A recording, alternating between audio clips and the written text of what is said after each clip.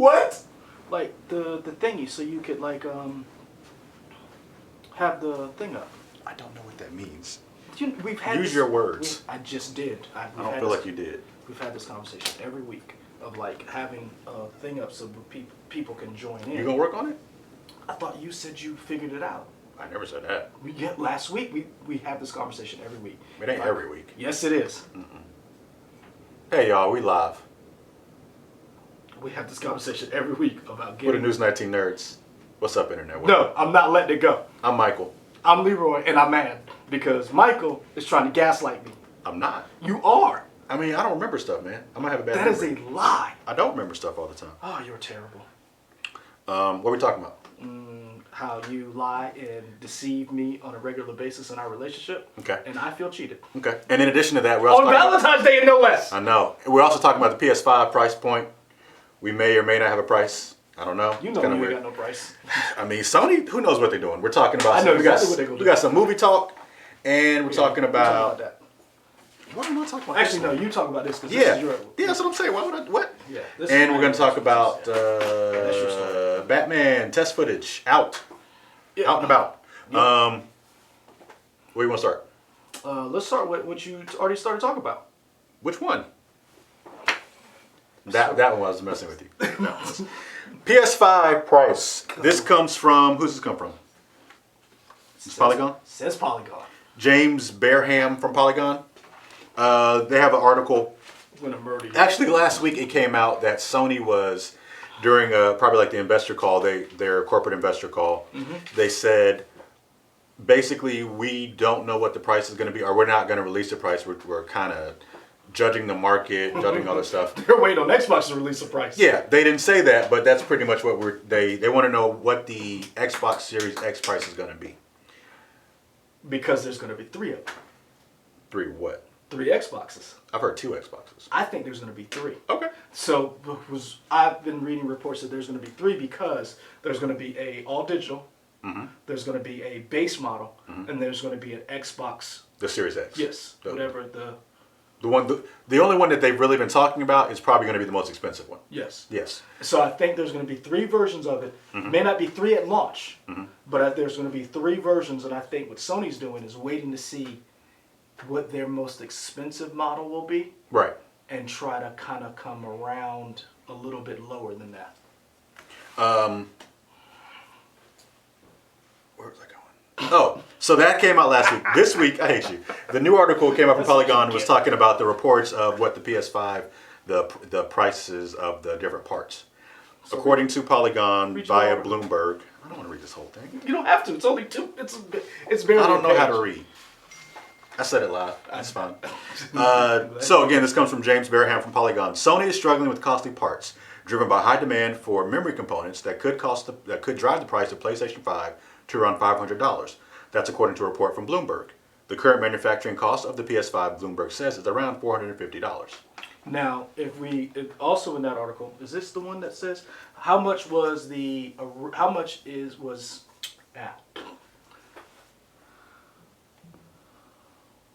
It's not this article, but I know what you're talking about. They're talking about PS4. Yeah. And they're like, they maybe like $18 on each one. Yeah. The pricing for the PS4 when it came out was $399. To actually make it, I think they said it cost like $378 or $371. So they were making like $18 per system. But it's common knowledge, or if it's not common knowledge, it's well known that manufacturers don't make money on the systems; they make it on the games and accessories. They take a bath on, or they take a loss on the actual system to make money on the games. Right. And if they do make any money, it's on package deals. Like, we'll sell you for an extra $100, an extra whatever. Yeah. An extra game that comes in it, those bundles that they get, because after a while the prices come down on the parts as they start mass producing them, and then they start making more money that way. They said the issue now is that a lot of the parts that they want to use. What parts? The parts for PlayStation 5. What parts? So like NAND flash memory and DRAM. Digital. I don't know what. I know it's random access memory, but I don't know what D is. So there we go. Super fancy computer parts. You could look it up. You could too. I don't know what it is. Well, okay. The super fancy computer parts are also being used by other manufacturers, so it's kind of a scarcity right now, and that's driving up price. What do you? We sell this to say, what do you think the price of the PS5 is going to be? $500. You think it's going to be $500? I think holiday time is going to be $500. So then, If you look at exactly what it's. what do you think the Xbox Series X is going to be then? 600? Because I think for sure the highest Series model? X, yeah, Series X. I think the Series X is going to be 600. That's a death nail though, right? Audience, let us know. I feel like in the past, we've seen a $600 price model, PS3, when they famously said, you'll get 2 and 3 jobs for this. And that did not work out for them. I think the Xbox, I think the most expensive version of the Xbox is going to be $600. And it's going to be a handful of people who buy it. And I think that mid-range system for Xbox will be right around 4 something, because that 600 price point is going to drive everybody to get that mid-range system. Okay. Before we go, sorry, go ahead. Finish it. And I think before everybody jumps on board saying this is going to be too expensive, this will be too expensive, I think eventually what's going to happen is we're going to see around holiday time, they're going to start making it so that these systems we have now are freaking free. I think you're going to start seeing, right now you can buy a Pro for $299. Yeah. From Amazon Warehouse. Mm-hmm. So you're going to say, There have been deals where you can get like the Xbox One X, which is currently the most powerful system out, for $250. yep. Like a Black Friday deal and something earlier this year. Watch when those systems, they're going to start discounting those. Mm-hmm. And the system, when it comes out, is going to be for us. It's going to be for major gamers. Before we continue, I want to shout out to the people who are so far joining us. We got Zayla Maru, John Greer III, Ryan Porter, Brian Barrett, IMAX, Boundless Book Owl, and I think I saw Edward Sanchez Productions in here. Hey to everybody watching us so far. IMAX, shout out for correcting us on the Braun Entertainment.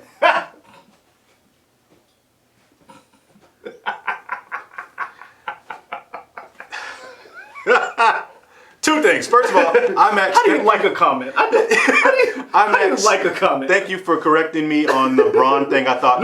Get to I'm that. Can I do both? This idiot. Thank you for correcting me on the Braun production company. I thought that was the Braun James production company.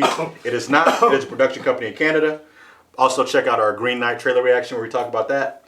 And I don't know, is the chat slowly coming at me because I bought a Stadia? Y'all chat, let me know. I don't know. But that is the comment. But that is a great comment. That is a great comment. I say, you know what that is? What? I save 15% by switching to Geico. Fair enough. Yeah. That's what that is. Brian Barrett. I think we've already established that I'm a big dummy when it comes to spending money on tech. I don't have nothing else to spend it on. I spend it on myself. So that's there real it is. tears right there, boy. Yeah. I would hope personally that the super end Xbox is $500, and then PlayStation 5 will be $400. I hope be so happy with too, that. because I want to be able to get both. Yeah. But I know I can only get one, and it all depends on if they live up to the hype. Mm-hmm. Because we've heard from both systems, or both companies, they're going to do backwards compatibility. Xbox has been more open about how far back they're going to go. Xbox, the original Xbox. So I think that's what's going to help make that. And this is another thing. Is backwards compatibility on every machine. In other words, if you want to go all the way back to the Xbox, you got to buy that extra. You got to spend that extra $100. I don't think you do. I think you think, but yeah. I don't know, but what my personal opinion is, I think Phil Spencer is very savvy, and from the beginning, his whole thing has always been about backwards generation. Mm-hmm. Even when Xbox One was first announced, he was talking about wanting to have Xbox stuff and Xbox 360 on an Xbox One. Because with all the models for Xbox One, they're all backwards compatible. So whether you have the Xbox One X, Xbox One S, the Xbox S all digital, they're all backwards compatible. Just remember we had this. So So this came out when the PS3 came out, right? I don't know which one came out first, but yeah, they're the same console. These are the same generation. Yes. this right here is what helped. Of course, the price point didn't help them, but this right here was the system because. Yeah, that helped dethrone PS3. But also, what helped this was the Xbox Live. Yeah. Now, I wonder how many of these they would have sold if they didn't have the Red Ring of Death. Yeah. Because that is what really put off a lot of people right here. Now, we know Xbox has made it so that they've gotten better, where this system right here, they finally got it right, in my opinion. What I'm wondering is, what is the difference between your high-end Pro, whatever it is, versus your regular middle-of-the-road system? Because why? In other words, why should I pay that extra $100? And that's what, and the reason why I bring that up is because that's what Sony's trying to figure out. Sony's saying, let's wait to see how much they price both of those. Let's see what comes, because then what I think what they're going to do is they're going to try to slide right in the middle. Right, between their base model and their... Because what Sony's going to do is Sony's going to be like, split the difference. We'll give you all of that. It may be $50 more expensive than their base, but maybe another $50 or $100 cheaper than their top-of-the-line model. Yeah. The question is how much... The early reports suggest that this Series X is probably going to be more powerful than the PS5. We don't know about how much, but it seems to be, that's what the report is.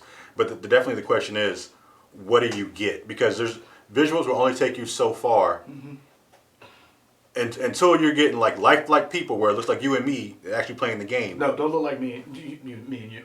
We're prettier people. Yeah, that's what I was about to say. More photogenic people. I mean, you don't pay $600 for this. Yeah. But let's stay there right here. Yeah. Because we still don't know, why do I need these systems? The biggest thing we've heard so far is faster loading times. I'd pay for faster loading times.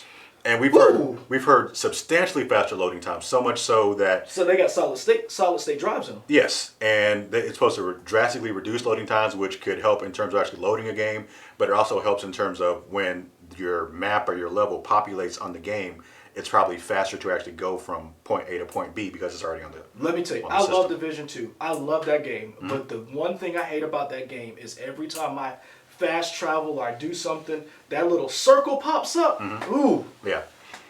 That would be cool. And like, so far, only thing that we can comprehend is, faster loading times means I can get into the game faster. I don't even know what that means for people who really know, people like a Mark Cerny, the architect of PS4 and PS5, those people who are into that stuff, what they can really accomplish by having such faster load times.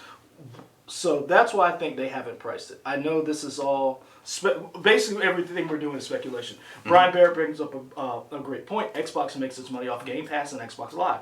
That is the one thing that kept Xbox going when it came to the Xbox One. Even though PlayStation had a more robust exclusive pool of games, they had better exclusives than Xbox had. The fact that the way they set up their live component, the way their system actually worked, their user interface, was light years ahead of Sony. Right. And Sony was behind the times, especially when it came to allowing third-party software be on their system. They pushed their PlayStation View, which a lot of people would say it did not work, and they did not allow you to download certain apps because they wanted you to buy whatever they had. Right. Whereas Microsoft was like, we're going to allow you to put certain things on our system and just enjoy the experience. Sony hasn't done a good job of that of late. And let's see how long it will take Sony in this iteration to say, okay, streaming is the future, downloading is the future. Out the gate, what are you going to bring to the table that's going to make me buy this system over an Xbox? Because Microsoft says you can play from the original Xbox games. Pop that disc in, you're good to go. Yeah. Based on this article right here, I don't see, besides the exclusives, what's going to make me shell out $500. And another thing that Microsoft has said with the Series X and whatever, all the next generation of stuff, the first year and a half of their games, they're not going to be Xbox Series X exclusive. Nope. So it's kind of like, why do I need to buy this system in 2020 if there's nothing that's really going to be like, oh, this was designed for the ground up from this? And I'm going to be honest with you, I think that was one of the things that probably delayed The Last of Us too. Yeah. Because I think that is probably going to be one of the games that you're going to get on a PS5. Now that's one of the things I will say that PlayStation has going for it. I think when that system drops at the end of the year, you're going to see. I think The Last of Us is going to already be beautiful as it stands, just on the PS4. How beautiful is that game going to look on a PS5, on a 4K TV? Hell, how good is that going to look on an 8K TV? Because supposedly you're going to be able to play native 8K on both of these systems. How that's going to happen, I don't know. I mean, that just seems, sure, the technology's out there, but it seems so specialized and not on a mass level that it just seems like it's jacking the price way up. But that brings me to our point that we talked about with the Avengers. So we did our Avengers pre-order video.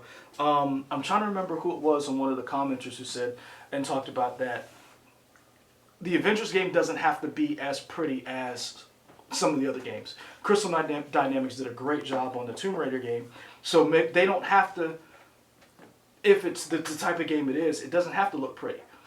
I understand that. I counter that to say, it better be fun. It better be fun, but also, if I buy that game, and it's on a system, and I have a 4K TV, and it doesn't look as good as a game on this system, on a 360, why am I paying $60 for this game?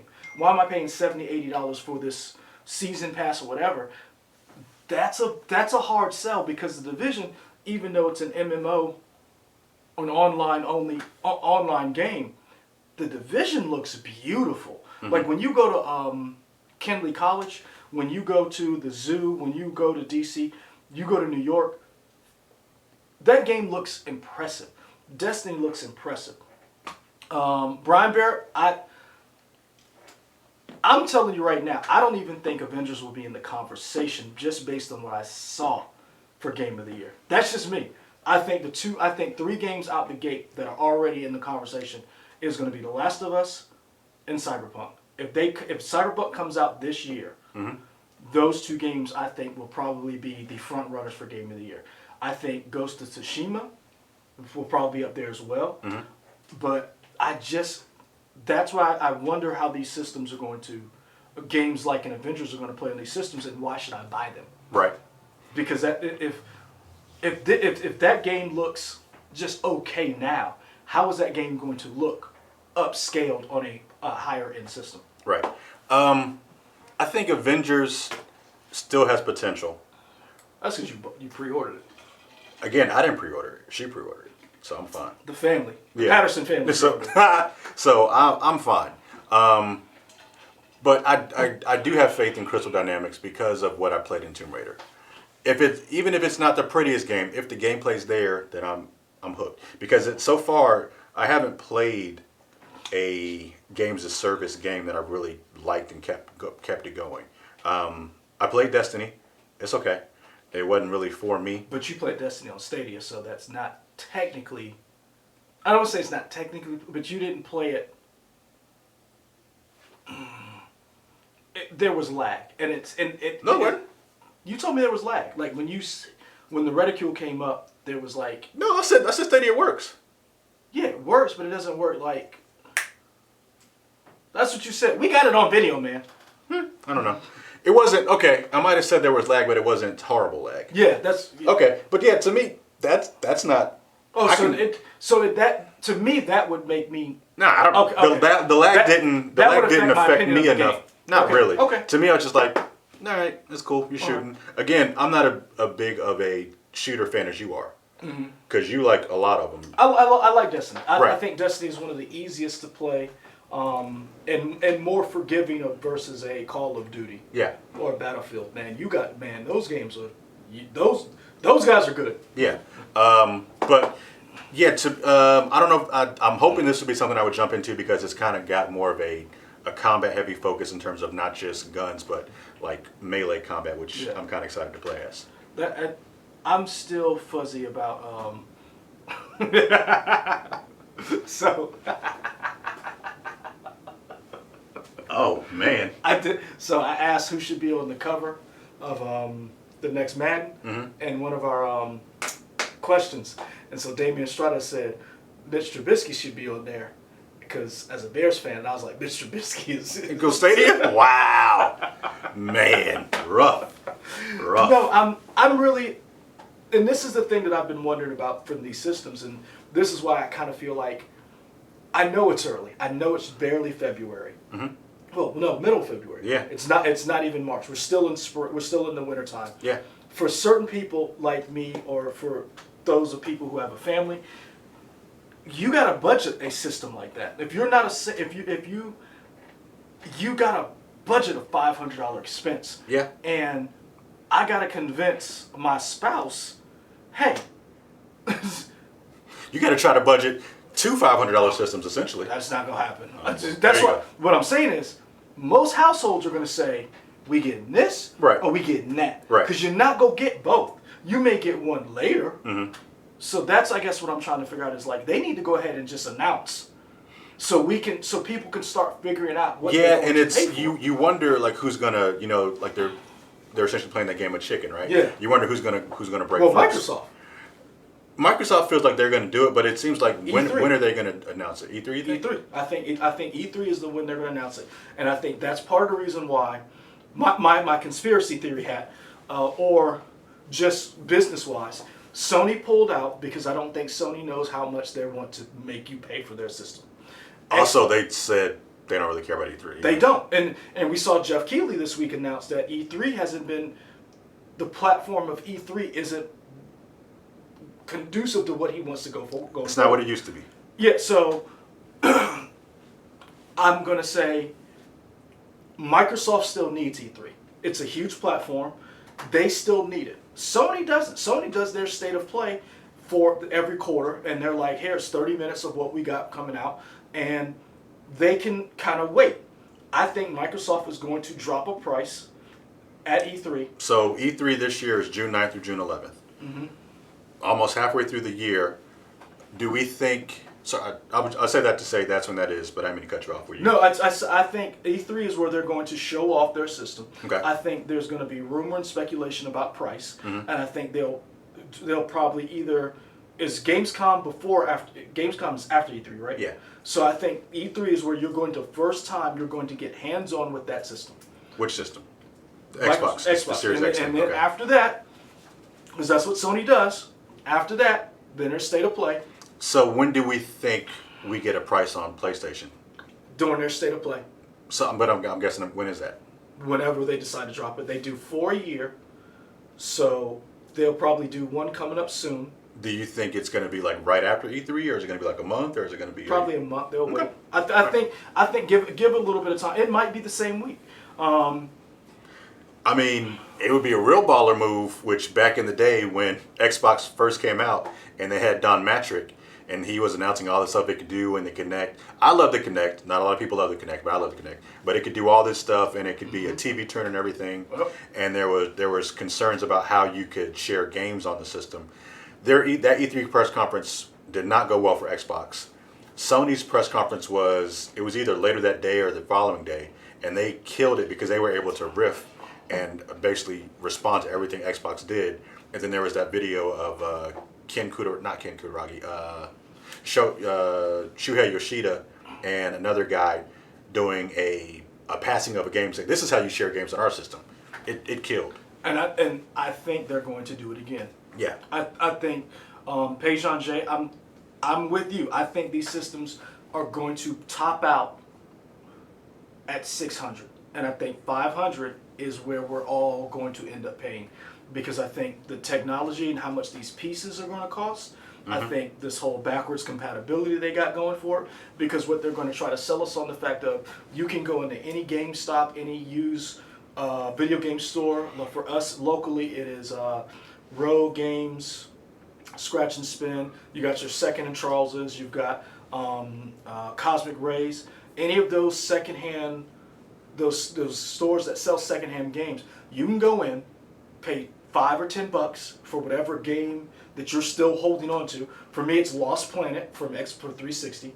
And pop that in your new system and still play it. So they don't have to have a lineup of 10 games at launch when I have an entire catalog of games you can play. I think that's going to be one of the selling points.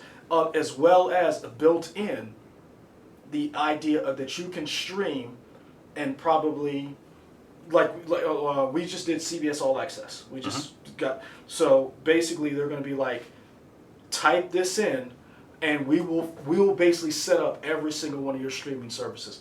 That hub of this system being in your, I think that's what they're going to try to go for. It's not just a gaming system. If you play maybe 1 or 2 games, you still need to have this in your house. Yeah, I mean, that's how the Xbox One is now. Yeah.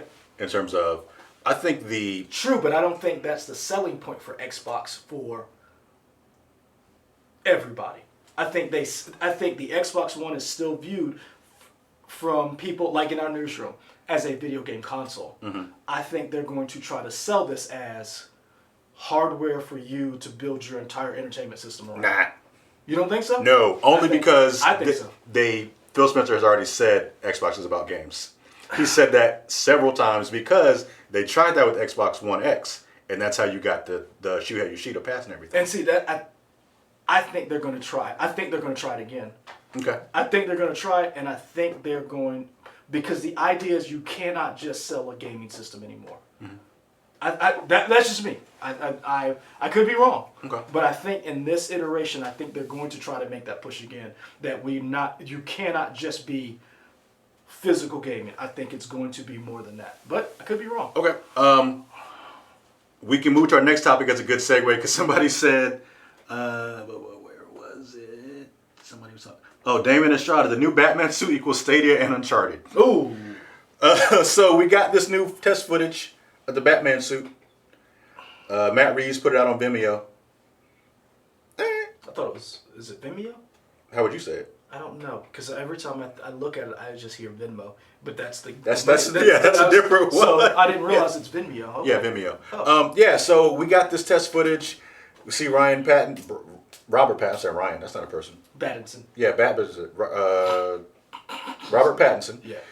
Looking cool, I guess. He's got this. It's not like a cloth. It's almost like a metal type. How would you? Yeah, it's like a metal suit. You got the Bat logo insignia there. I think it looks interesting. You really didn't read up on it before you came down here. You just watched the video, didn't you? Yeah. Oh, okay. Yeah. Because that's what we're talking about. No, reason why, because I could. What did the symbol look like to you? To me, it looked like a bat. Oh, okay. Yeah, I know a lot of people were saying like this would give me shades of Daredevil because of the red tints, and then that's not what I was going with. Oh, okay. Because if you look at this, so we're scrubbing through the video right now. So if you go, where is it? So, okay, that's an ad. I wish, there it is. There's the, look at that and look at that. What does that look like to you? What? These parts right here. This part right here. I mean, they look like guns. There you go. Yeah. So there's on the internet, where we are now. Oh. Detective 1000. Kevin Smith wrote a short story that said that Batman found the gun that killed his parents and molded that gun into the Batman logo. So some people are wondering, is the Batman logo, and the reason why he released this test footage. So people are like, why would you release test footage now of this? Some people are wondering, is this logo melted down guns hammered into the bat symbol? Okay. That's what I was wondering. You didn't read, because that's what Yeah. everybody's like freaking out about. They're wondering, is this going to be more grounded in the comics versus because Christopher Nolan said his was more if Batman was real. Right. That's why you don't have Bane being 1,000 feet taller and larger than Right. Bruce Wayne. That's why you have it being more of a crime situation versus like, the Riddler and Penguin and all these other things. I think that's an interesting idea to have that as a constant reminder of, what you're fighting for, what you're trying to strive for, that constant reminder of my parents were taken away from me from gun violence. So maybe this Batman will not kill. He won't be like Ben Affleck Batman and just murder people in Batman v Superman? You mean Batfleck? Yeah. Ah! Like Affleck. Yeah, I got it. Affleck! But you're the DC man. You are the comic man. How do you feel about this suit? Don't care. Really? I Because you want to see footage of the movie? I have made the mistake, and I warn people about this, and I want to make sure we have the chat up as we talk about this.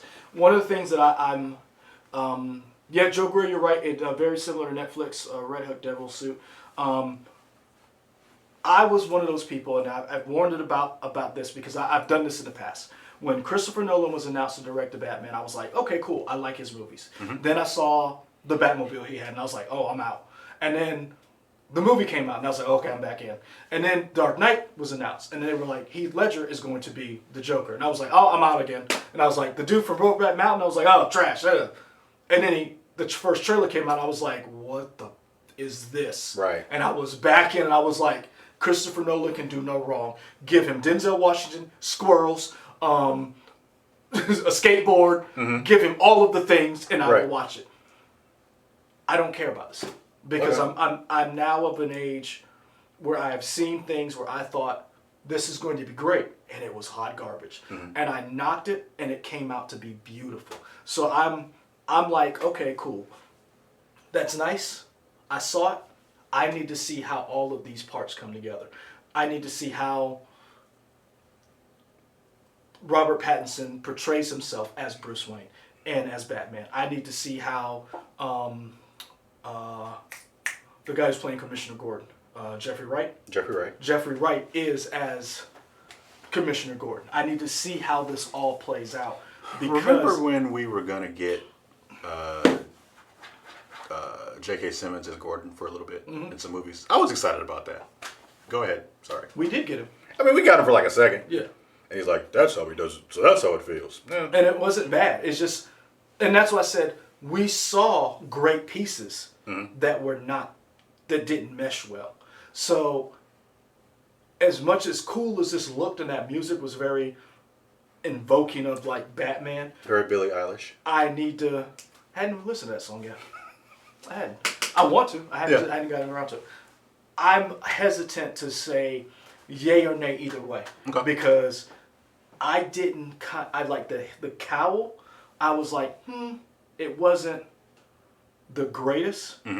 But to me, it looked more like if anything, it looked more like the Arkham Asylum suit. The way the pieces were hinged together, it looked more like the Arkham Asylum suit, Batman from Batman Arkham Asylum games. Okay. That's how it looked to me. So I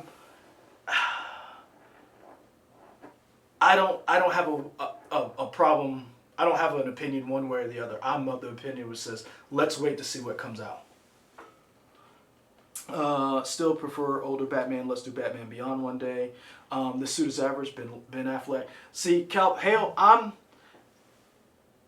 I can understand people liking Batman's suit in Batman versus Superman and Justice League.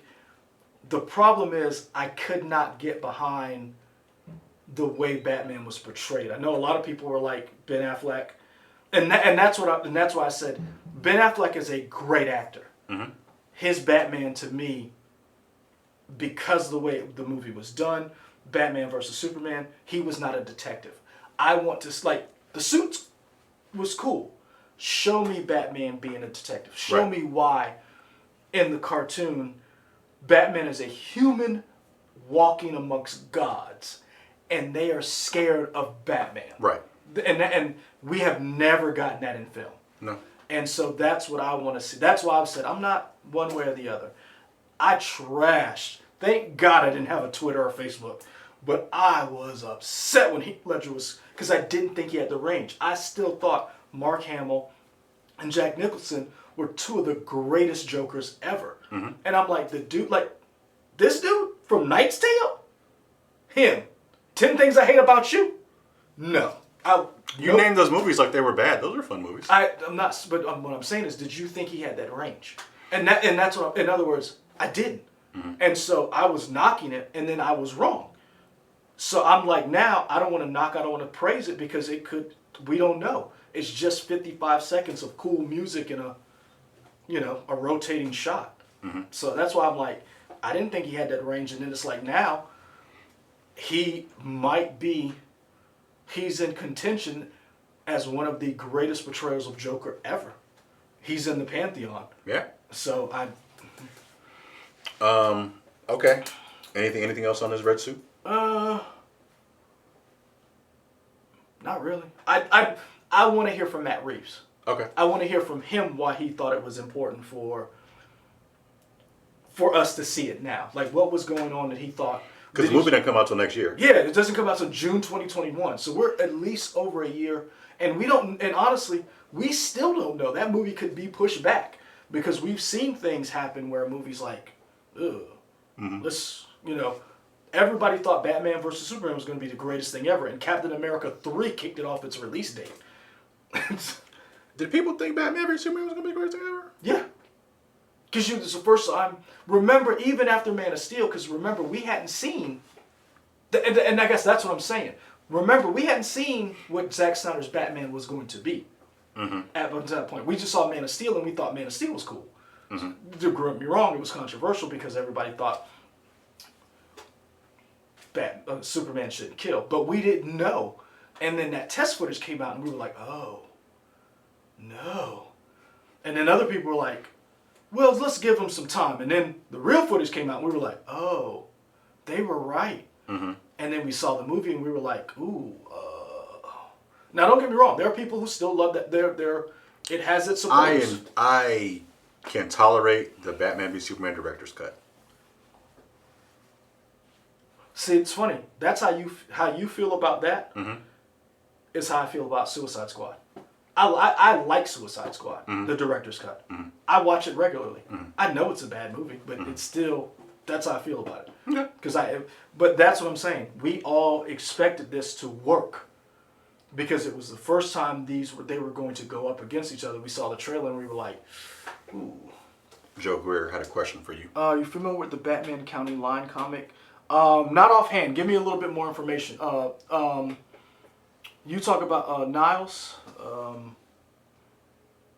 Joe Greer, give me a little bit more. I'm not following that particular one. Supreme would be perfect for HBO Max. Yes, it would, Joe Ellis. Damian Estrada, you said Batman going to be the next Twilight Saga. Is that because of Robert Pattinson? Because I would say, don't hate on Pattinson, man.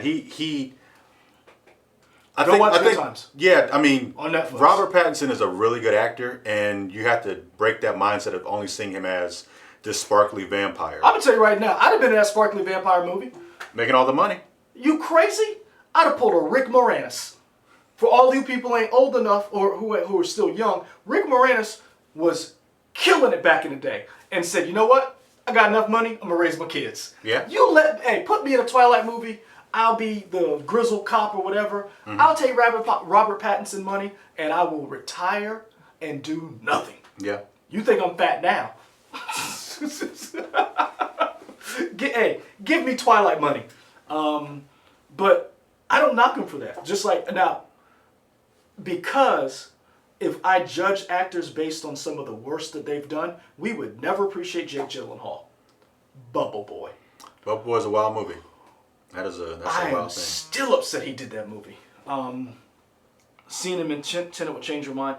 I tell people, if you want to see how good Robert Pattinson is, go watch Good Times. Go watch, then you will see him. You'll be like, oh, you can act. You watch The Lighthouse. No, I never watched Lighthouse. I thought it was in one of the Oscar. No, it wasn't. They only show the best films. Oh, so they didn't show. Okay, yeah, sorry. Yeah, so no. See, I thought you watched The Lighthouse. No, I've seen it. Like, this is wild. Just the trailer, I was like, this is too much for me. Ryan Porter, I'm going to tell you that I disagree with everything you just said. It didn't bomb. It has already made its about Birds of Prey. I will disagree. I don't think it's trash. I liked it. It's a different movie. It is. The problem that I have with it is that I think they marketed it the wrong way. I liked it. I enjoyed it. Yeah, it I didn't like bomb. Birds of Prey. It just didn't. I think they had too high of an expectation for that movie, and they marketed it terribly.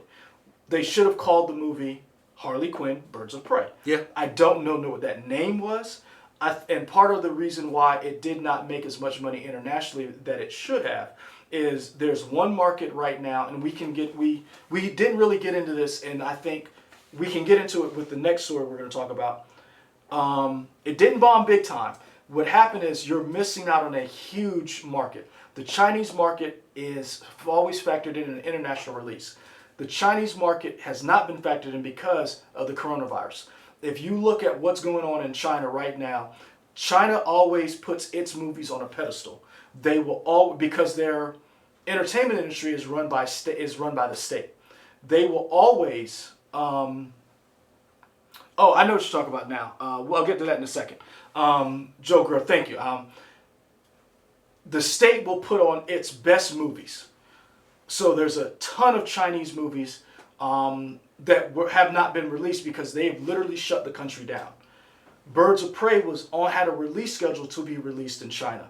That is now fallen off, which means all of your foreign movies, for them, are put on the back burner.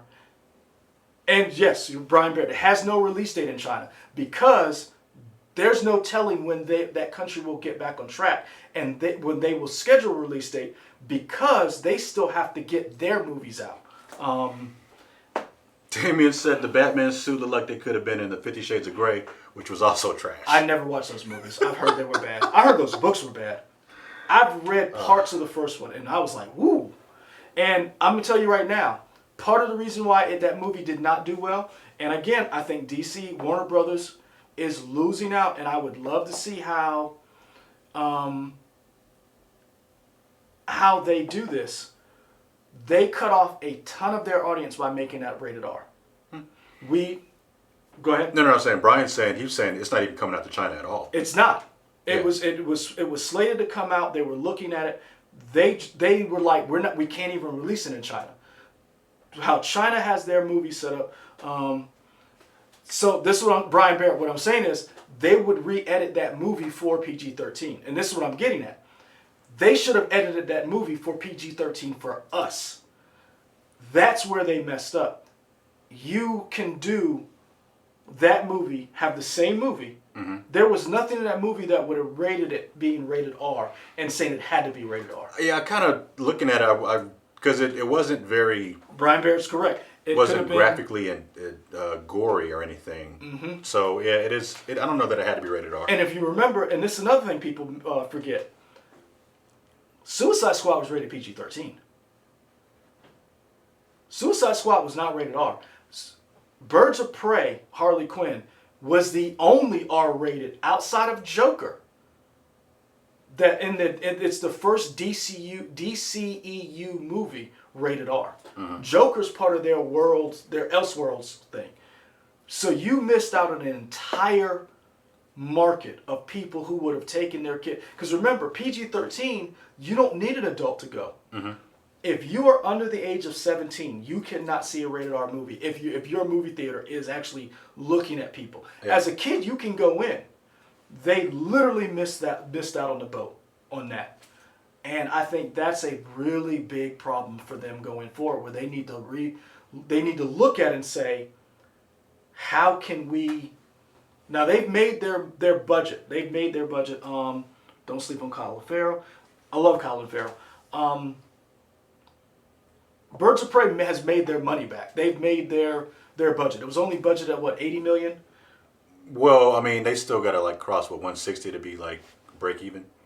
Yeah, because the advertising and all that stuff. Yeah. So they've already made their budget back. Anything else now is going to... The problem is that they expected this movie to be gangbusters so they could... And again, they were going to re-edit this movie so they could release it in China because they're not going to miss out on that market. And now that that market is closed to them, the movie didn't do as well. Brian Barrett, see, that's where they thought they were going to get. They thought they were going to get that Deadpool crowd. They thought they were going to get the Logan crowd. They thought they were going to get that Joker crowd. And they didn't. Mm-hmm. And a lot of people were just didn't. We said we didn't get that trailer. And we did not feel the trailer, but we still liked the movie. Boundless Book Out brings up that DC does seem to do better with animation over Marvel, and then for live action, it's kind of the other way around. Because the people I think who do now, some of them Bloodlines. That Wonder Woman Bloodline was not good. Don't bother watching. Is that?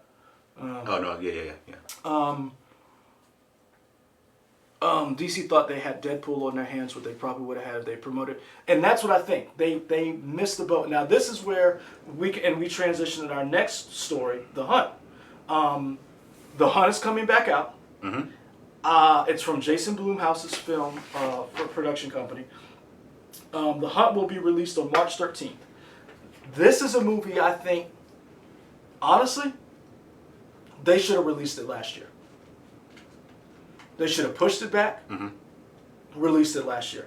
The reason why they didn't release it was two reasons. They, out of respect for the mass shootings that happened in El Paso and Dayton, and a lot of conservative media got attached to the film because it was elites hunting conservatives. I get that, but that was dumb because the conservatives are the good guys in this movie. It's like, yeah, I mean, and again, that's marketing. Yeah. So I remember when that trailer came out, I was like, this is something I would watch because I don't think I've seen The Purge. Like you've never watched any of The Purge? No, I've seen the first Purge. Oh, you did? And I was like, yep, I didn't need to see this. I didn't even. I like the second Purge. But Blumhouse they were producers on Get Out, right? Everything.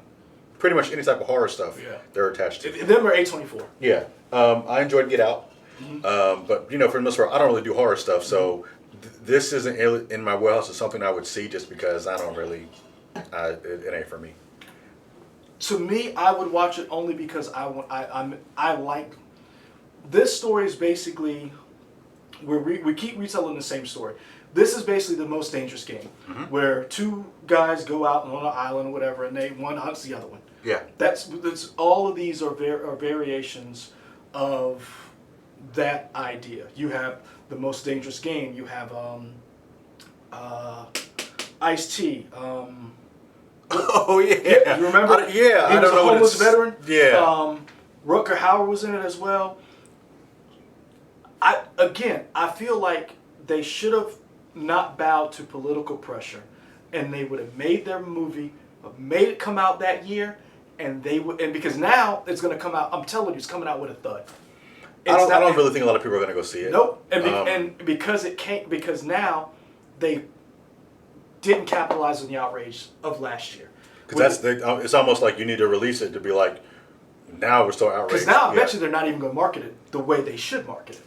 Well, they had the newest trailer and the poster. Hillary Swank. Yeah, and also, but the poster says something like the most controversial movie that no one has ever seen is kind of what their tagline is. Here it is. The most talked about movie of the year that no one has ever seen. The text reads in the trailer. Before Hillary Swank characters adds, "We were joking. You actually believe we were hunting human beings for sport." Where's this article from? This one is from The Wrap. Who wrote it? Patrice Verhoeven. I just want to give these people credit. That's all. Oh. That's all. Well, I thought you were being a prick. No, I was saying I just want to give them credit. Dangerous read their Rap, stuff. yeah. So basically, we're basically telling the same story. If you saw The Purge, you saw Hostel. It's basically the whole idea behind those. All of those movies are about elite people hunting the poor. Because you wouldn't take a job where you got hunted if you had any money. Yeah. If you're doing well, you're not taking the gig on a flyer. It's like, hey, want to go with me and my friends with guns and you don't get one? John Greer. I watched Doctor Who. I've watched every modern version of Doctor Who since Eccleston. I've watched all that, and I've watched some of the older classic Doctor Who. But, so I feel like, and this is another thing too, where I say the outrage was surviving the game was like, thank you. The outrage was misplaced. Lindelof wrote this movie. Him and Hughes and all his lost Hughes. people. So this wasn't. That's why I said I was interested in this movie because who was behind it? You had Jason Blumhouse people putting it out, and you had Damon Lindelof making the movie. So I'm like, we were going to get something interesting. Whether it worked or not, that's not the point. at least they shot their shot. And I would rather them shoot something, do something different, and give us something.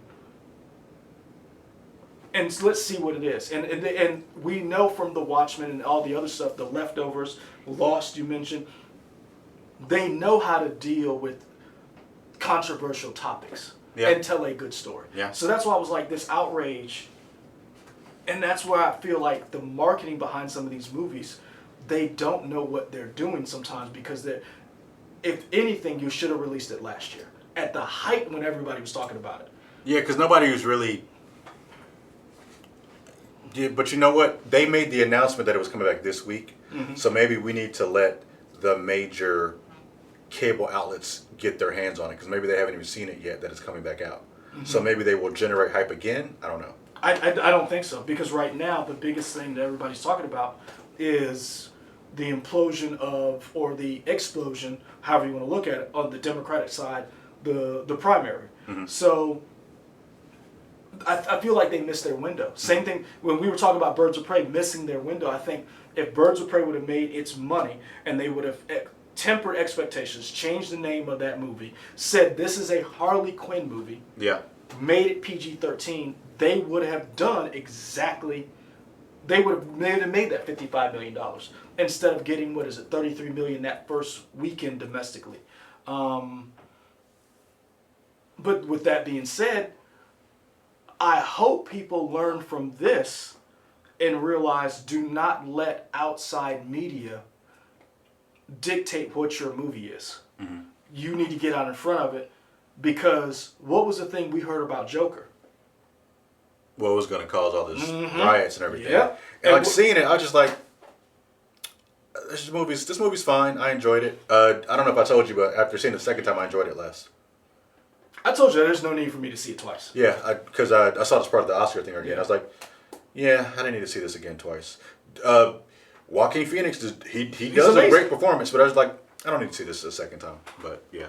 Now, the question is, how will that movie do, Birds of Prey will do this Valentine's Day weekend, now that word of mouth has said that it is actually a decent movie. Now, granted, I can understand if people, if they didn't like it. I did not like their take on Cassandra Cain. That is my biggest beef with the movie. I like Cassandra Spoilers, Cain. possibly. So I don't know what you were going to say. I'm not spoiling the movie. Okay. That take was not for me. But I still like the movie overall. I think if they had done a better job of making this, and this was Greg Miller of Kinda Funny fame said this when they did their review of Birds of Prey. He said his wife said, "Oh, this is a breakup movie for this is the new breakup movie," and You did say it too, but I'm just saying, to hear it from a female perspective, this is the new breakup movie that people will go and see.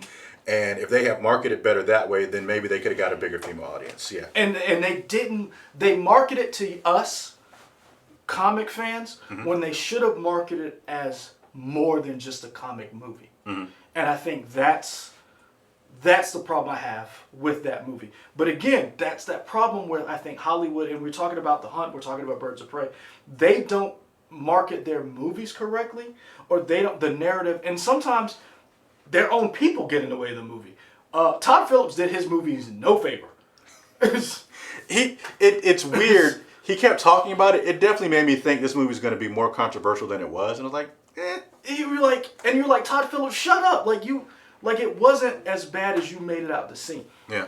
So that's why I bring up The Hunt, and we talk about movies. A24 has done a good job of releasing an indie film, making it something that people talk about. It gets critical acclaim.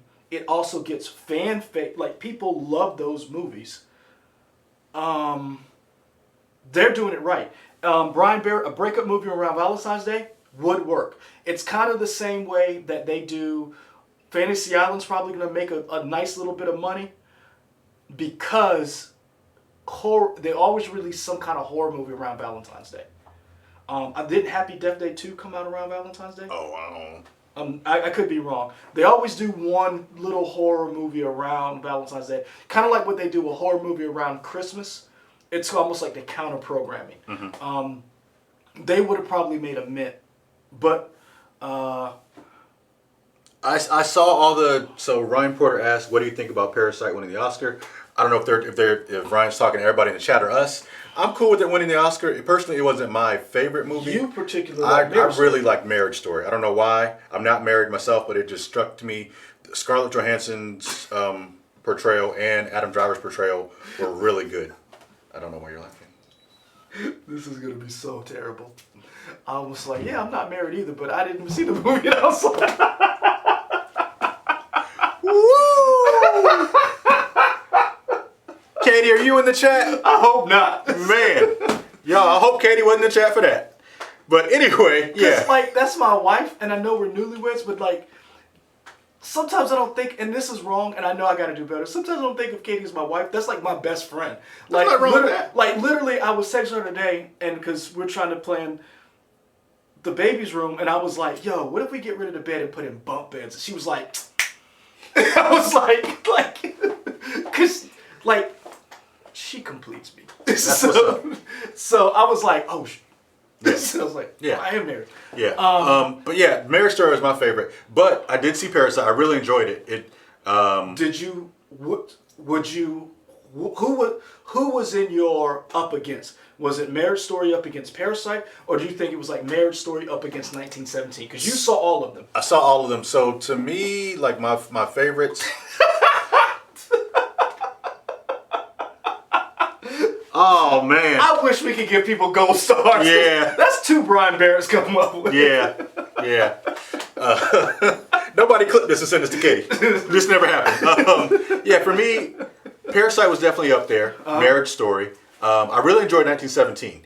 The problem for me with 1917 is I was already sleepy that day, and that was the last movie that they showed. Oh. So I didn't fall asleep, but I kind of was like this a couple times, Yeah. so I didn't really get to enjoy it. But the parts that I really, attached myself to for 1917 were really good. Yeah. I could have seen it have gone to 1917. Once Upon a Time in Hollywood, I thought it was okay. Did you get why it was so popular? No. But then I think that goes back to, you know what? Oscars ain't for me. Well, that's what I wonder. Was it one of those things where, and maybe because you always watch them, was it because it was a movie about Hollywood and Hollywood loves it? Maybe. Because, Okay. I mean, I think it was a very well done movie. It's not my favorite Tarantino movie. Really? No. Okay. I think Brad Pitt probably deserved that Best Supporting Actor. He was really good. Leo was good too. It was just the way his parts were done. They may not have seemed as beefy as whatever. Did everybody who won an award, do you believe they deserve the award that they got? I didn't see Judy, so I don't know. Okay. Because I was wondering, because I know Adam Driver was nominated. So was Scarlett Johansson for Marriage. And I so, think Scarlett killed it, but I didn't see Judy. So and that's why maybe I said, Renee Zellweger. do you think everybody got what they deserved in those movies? I hadn't seen. I heard Klaus was good. Yeah. Klaus was good. Klaus. Klaus. It's Yeah. Klaus. Yeah. I have watched part of Klaus and turned it off because I wanted to watch it with my wife, and I was like, because I'm bad at watching stuff and then not make, because my wife is not a real big movie person. When she finds something she likes, she'll watch that, but she's not really big on sometimes going. And then if I see it first and she hadn't seen it, she does that annoying thing of, so what's gonna happen next? And I'm like, yeah, like. but if we watch it together, Yeah. she can't ask that. Yeah. And I'm like, Although sometimes I'll still get asked a question. I have like, but I haven't seen it. Yeah, I know. Still want to ask. Like, okay, that's what we doing. I will say this: I'm happy Brad won because I feel like Brad has been overlooked a lot of times because a lot of people just think he's a pretty face. And he learned on the job because some of his early movies weren't that great. But when you go back and look at some of his acting roles, Seven was amazing. He played that The Curious Case of Benjamin Button. I thought he was really good in that. There are certain roles that I think he really did a great job, and he just doesn't get the accolade that he, in my opinion, deserves. I do think somebody brought this up, and I think it was your dude from Screen Junkies, Dan Murrell, talking about it seems like the Oscars now are kind of favoring, because somebody said Avengers Endgame got snubbed. And I could agree with that. Those graphics, those effects were incredible. It did get snubbed. Dan Murrow, or if it wasn't Dan Murrow, it was somebody in his crew. Might have been Danielle Rashford. I can't remember. But they brought up the fact that it seems like the Academy voters now are really valuing those movies where you can't notice the effects. And I was like, that's interesting. It's interesting. It's crap. Yeah. Because I noticed that talking raccoon looked real. Yes. Because they've done digital comparisons of like the field of 1917, like the maybe like the tracking shots. Yeah, the tracking shots, and you can see like, oh, he's really just running on a green field. Yes. And I thought the explosions were real. They're not. No. I thought they were real. When he runs That's through pretty town, and then not only that, when he jumps over the water, when he jumps into the water, Yeah. like how he jumped, like the problem I have with the Oscars is, it builds on what you said. That whole they an award for not noticing stuff. But here's where I say they're full of crap, because if they did that, why don't you have a category for stunt people? And because to me, when Brad Pitt got up there and has talked about his stunt people, that's a dude who's like, look, they let me be me. And that's another reason why I you hate him, love him. Tom Cruise is our last modern day actor. Like, I'm talking real. How is he not dead? How is he still alive? I mean, Have you seen Mission Impossible?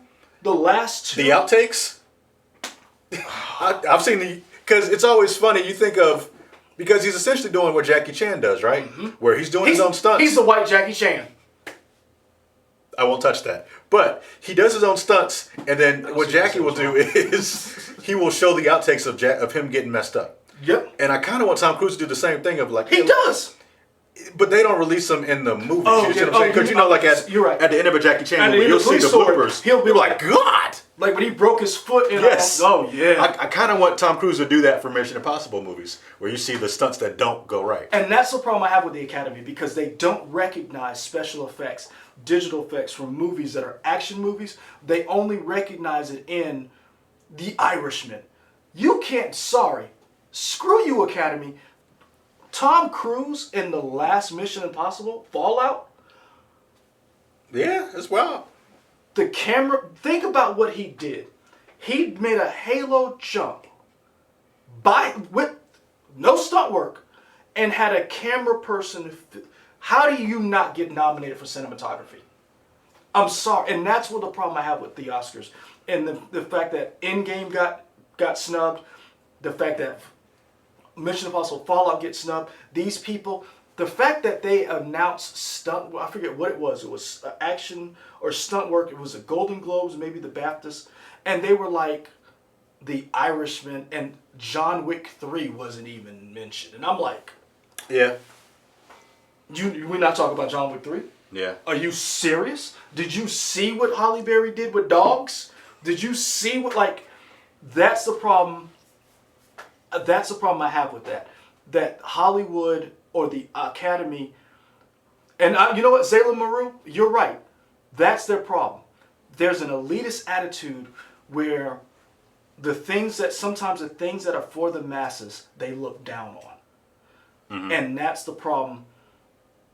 When you look at certain things, just because you think The Irishman is a great movie, doesn't mean the visual effects are better than what Endgame put up. Because you can't, like, I'm sorry.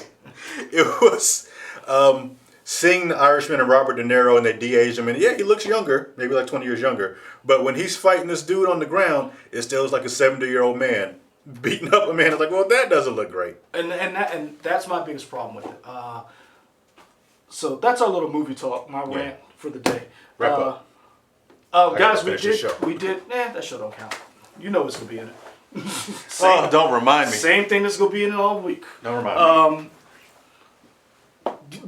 Joe Greer 3, stuntman becomes a director to see the John. Like that's the kind of stuff that I think that kind of bothers me, is that they don't even see the creativity in that movie, because Michael's brought it up quite a few times. And the one thing that you saw in Birds of Prey that I think a lot of people, whether you liked it or not, look at the fight scenes and how they're broken up and how you can see them wide. And where a lot of times we saw that camera work with, we had all these old dudes like Liam Neeson in Taken, and that quick camera movement where you disguise a lot of the action because this dude is, 80 years old. So I can appreciate that in Birds of Prey, and that's what the John Wick movies bring. That's what old boy, is it Gareth? Old boy who did the Raid movies. The Raid. Yeah, I can't think of his name, but yeah. But basically, that's why those movies are so great, because they're so wide. You can see the action. It's not so cut and so close together. So we want to say thank you. Antoine Allen, he did show the broken ankle.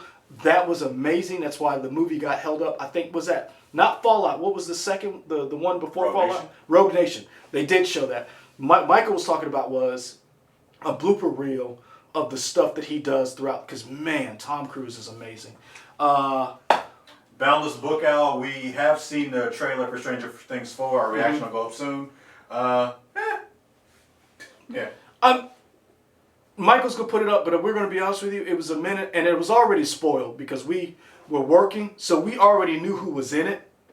Yeah. So it was kind of like, why are we here? That's how I felt. I was against my will. Gareth Edwards, thank you, Zayla Maru. On the cat segment, I'm gonna be honest with you, I didn't watch the Oscars this year. I watched. I was playing Doom. It was great. What was I watching? Me and Katie were watching something else. She watched part of the Oscars. I think she might have turned it on for a hot minute. We watched something else. I can't remember what it was. But let's see. Let's go back up. I want to say thanks, guys.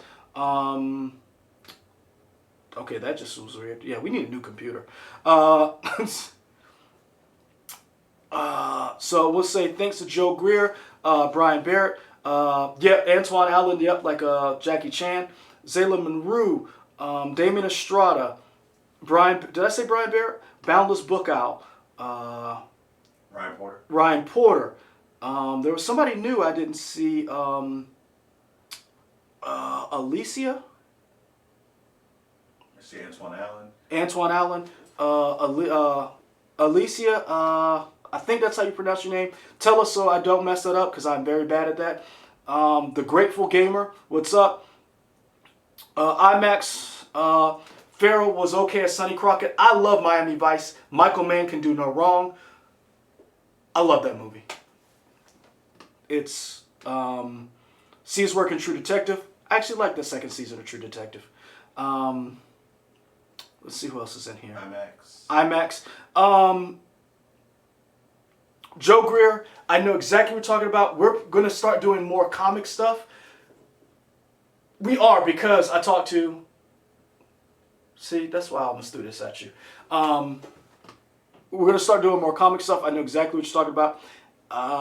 30 Days a Night by Stephen Niles. That's what I want to see in this next The Batman. I want to see more detective. I want to see that dude that actually, hunts down criminals. Let's see who else is in it.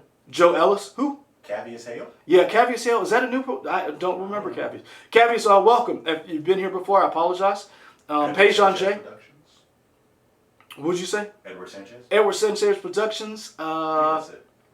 I think that's it. Guys, I want to say thank you. Honestly, we want to say thank you for this. I kind of made Michael do this one because he was a little burned out. We've been dealing with some very depressing news. So we want to say thank you in the chat for everybody coming in and talking with us. Next week, we'll be back energized, and we're going to have some cool stuff for you. This weekend, we're going to be going to something called Nashicon, which is an anime convention. We'll try to post some pictures on our social media, post some things, and we'll have our thoughts about our first convention of the year.